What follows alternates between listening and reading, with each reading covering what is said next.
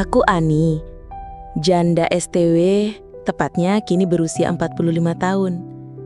10 tahun sudah aku menyandang status ini, sejak suamiku dipanggil Ilahi. Anak-anak sudah besar, masing-masing sudah berumah tangga dan punya kehidupan sendiri. Hidupku kini adalah warteg nikmat rasa ini. Sebuah kedai sederhana yang menjadi tumpuan hidup, juga tempat tumpahnya segala suka dan duka.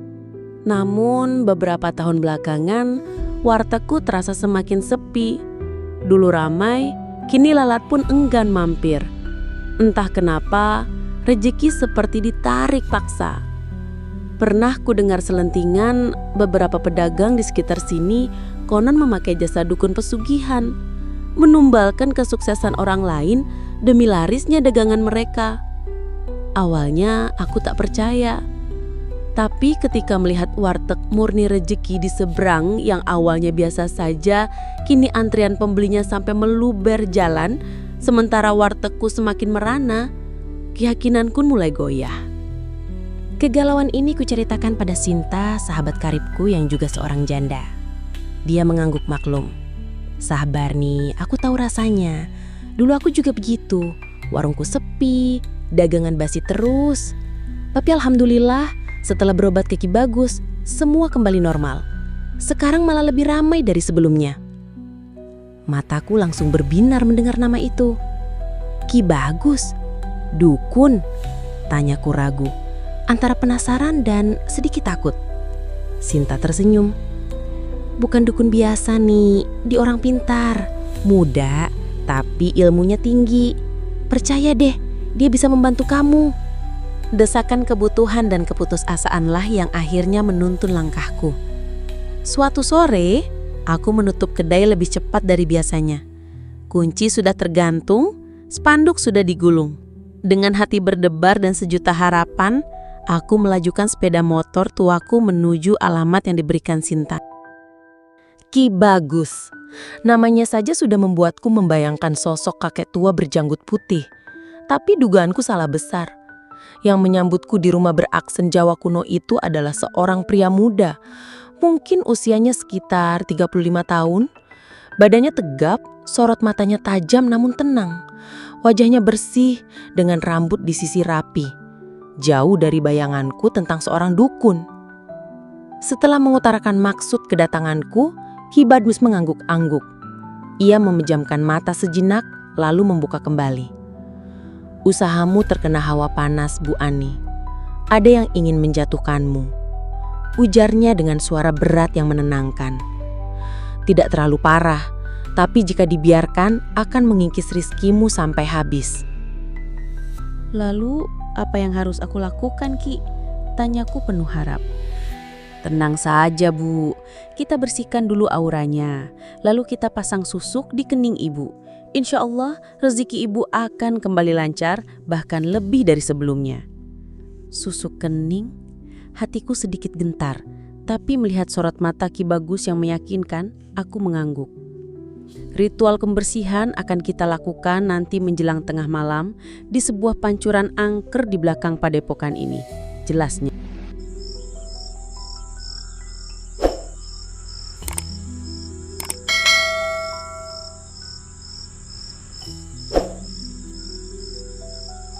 Malam itu, dinginnya angin pegunungan menetap di kulit. Bulan sabit menggantung di langit. Mengapai samar, jalan setapak menuju pancuran. Ki Bagus berjalan di depanku. Obor di tangannya memercikan api yang menari-nari. Jantungku berdebar tak karuan. Ini pertama kalinya aku melakukan hal semacam ini. Sesampainya di pancuran, suasana terasa mencekam namun juga sakral. Air pancuran mengucur deras dari celah batu besar, membentuk kolam kecil di bawahnya. Ki Bagus menyuruhku mengenakan kain basahan, sehelai kain tipis yang hanya menutupi dari dada hingga lutut. Gumuruh air memenuhi telingaku saat aku melepaskan pakaian.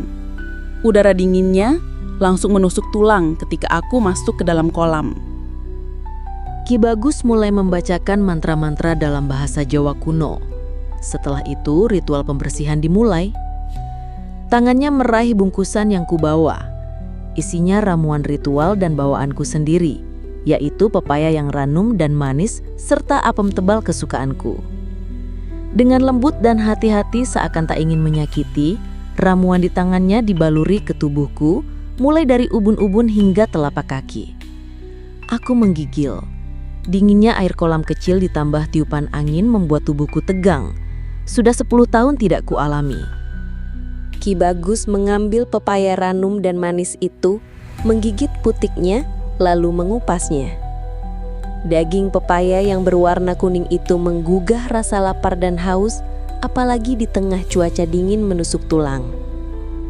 Dia sodorkan padaku, tapi kutolak karena perutku masih kenyang sehabis makan dalam perjalanan tadi. Dia makan dengan sangat lahap, tak bersisa licin tandas. "Enak Bu Ani, harum dan manis," katanya dengan sorot mata yang terlihat lapar. Dia lalu meraba bungkusan apem, dan seolah pepaya tadi tidak mampu mengenyangkan perutnya, apem itu pun digasaknya. Aku yang terdiam dengan tubuh menggigil, hanya bisa menatapnya dengan wajah bertanya-tanya. Tunggu apa lagi? Batinku dalam hati tak sabar menahan gemetaran karena hawa yang semakin merasuk. Kulihat dia terdiam, melihat apem dengan sorot mata tajam. Apem itu dibolak-balikannya seolah ada yang dicari. "Ada apa, Ki?" kataku bertanya tak sabar. "Ada rambut Bu Ani," jawabnya. "Oh," jawabku tak sabar. Mendengar jawabanku, dia pun melumat dan mengganyang apem itu sampai habis. "Sudah Bu Ani," katanya tak lama setelah laparnya terobati. Kekenyangan menggasak apemku. Aku pun perlahan naik, keluar dari kolom kecil itu. Ritual selesai.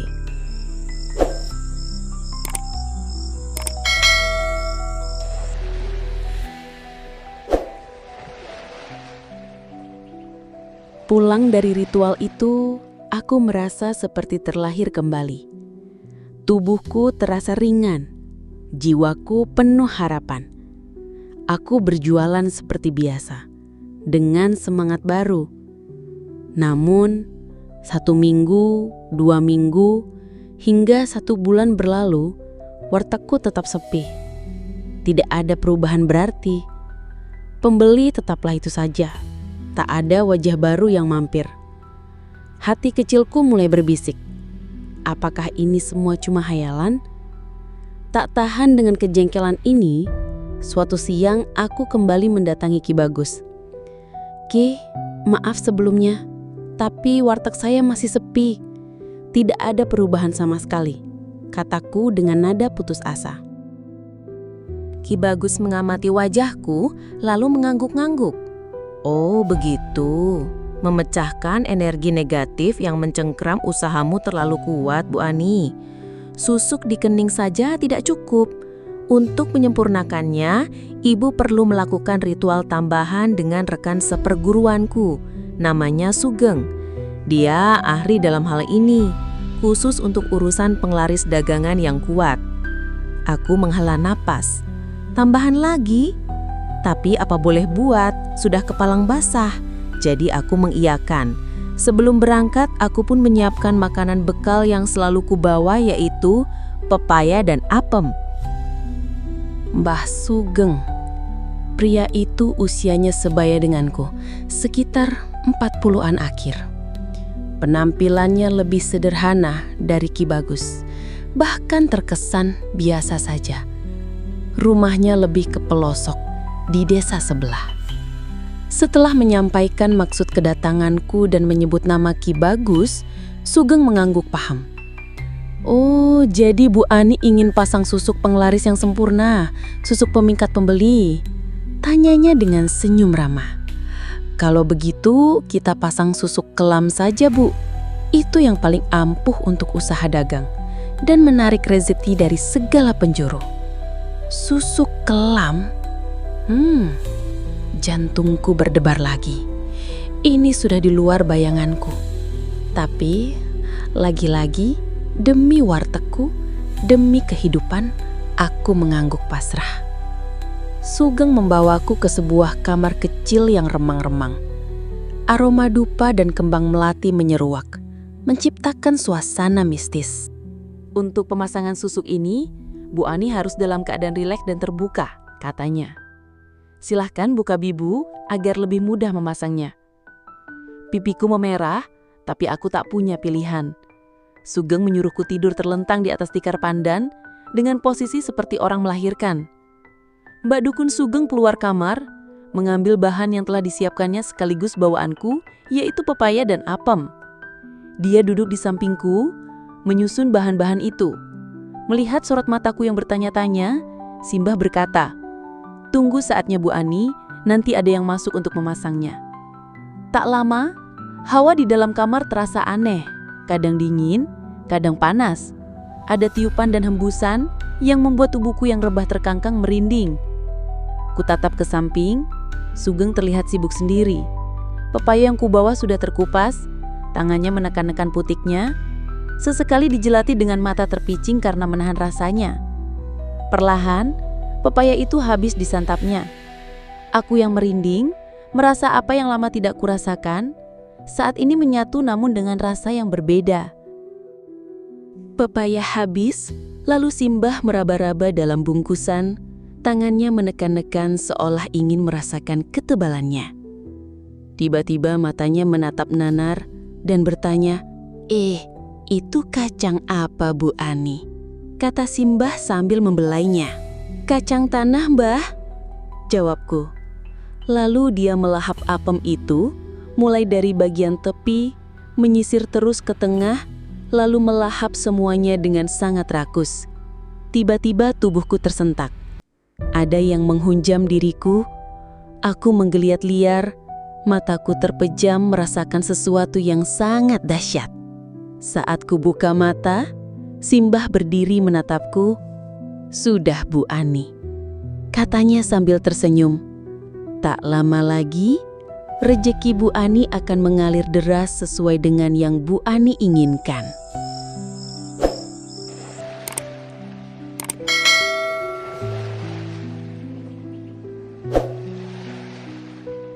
Pulang dari sana, kembali aku menanam harapan. 1 bulan, 2 bulan, hingga 3 bulan berlalu. Hasilnya, nihil. Wartegku tetap sepi, bahkan terasa semakin dingin. Hatiku hancur, bercampur amarah. Aku merasa ditipu, dipermainkan. Suatu hari, seorang pria paruh baya, sekitar 50-an tahun, tampak bersahaja dengan peci putihnya, datang makan di warungku. Ia memesan nasi, tahu tempe, dan sayur asem. Aku melayaninya dengan wajah lesu. "Kenapa, Bu? Kok kelihatannya murung?" tanyanya ramah. Namanya Sosro, asisten seorang kiai di desa seberang. Aku tak bisa menahan diri. Aku menceritakannya semua gundah gulanaku, tentang sepinya warteg, tentang dugaan ilmu hitam, hingga petualanganku membahas 2 dukun itu. Ia mendengarkan dengan seksama, sesekali mengangguk. Setelah aku selesai, Sosro tersenyum tipis. "Dari terawangan saya, Bu, tidak terlihat perubahan apapun dari warung maupun aura Ibu. Energi negatif yang mencengkram warung ini masih sangat kuat. Bahkan sudah lebih dari setahun yang lalu. Adapun Ibu temui itu..." Ia menganggukkan kepala pelan. Seketika darahku mendidih. Dukun kurang ajar. Ternyata apemku digasak dukun palsu. Batinku menjerit, dipenuhi penyesalan dan amarah yang meluap-luap. Sosro seolah bisa membaca isi hatiku. "Sudahlah Bu, niat Ibu baik. Hanya saja salah jalan. Mari kita bersihkan semua ini. Insya Allah rezeki Ibu akan kembali lancar, tanpa harus menumbalkan diri dan kehormatan." Dengan penuh keyakinan, Sosro mulai melakukan ritual penetralisiran. Ia duduk bersila di tengah warung, memejamkan mata, dan membaca doa-doa dengan khusyuk. Aku melihat asap tipis keluar dari sela-sela dinding, dan udara di warung yang tadinya terasa berat kini berangsur-angsur menjadi ringan. Ia juga memagari warungku dengan doa-doa agar tidak mudah membahas kekuatan hitam lagi. Sejak hari itu, secara perlahan, wartegku mulai pulih. Pembeli mulai berdatangan satu demi satu, lalu semakin banyak. Warung Nikmat Rasa kembali ramai seperti dulu, bahkan lebih. Aku pun mulai mendekatkan diri pada Yang Kuasa, rajin sholat dan membaca Al-Quran sesuai dengan saran Sosro. Aku sadar rezeki itu datangnya dari Allah, bukan dari perbuatan syirik yang berputar. Penyesalan atas perbuatanku dengan doa dukun palsu itu akan menjadi pelajaran seumur hidup. Biarlah itu menjadi rahasia gelap yang tersimpan di dalam hatiku, sebagai pengingat betapa rapuhnya iman ketika keputusasaan melanda. Kini, yang terpenting adalah menata kembali kehidupan, dengan hati yang lebih bersih dan jiwa yang lebih tenang.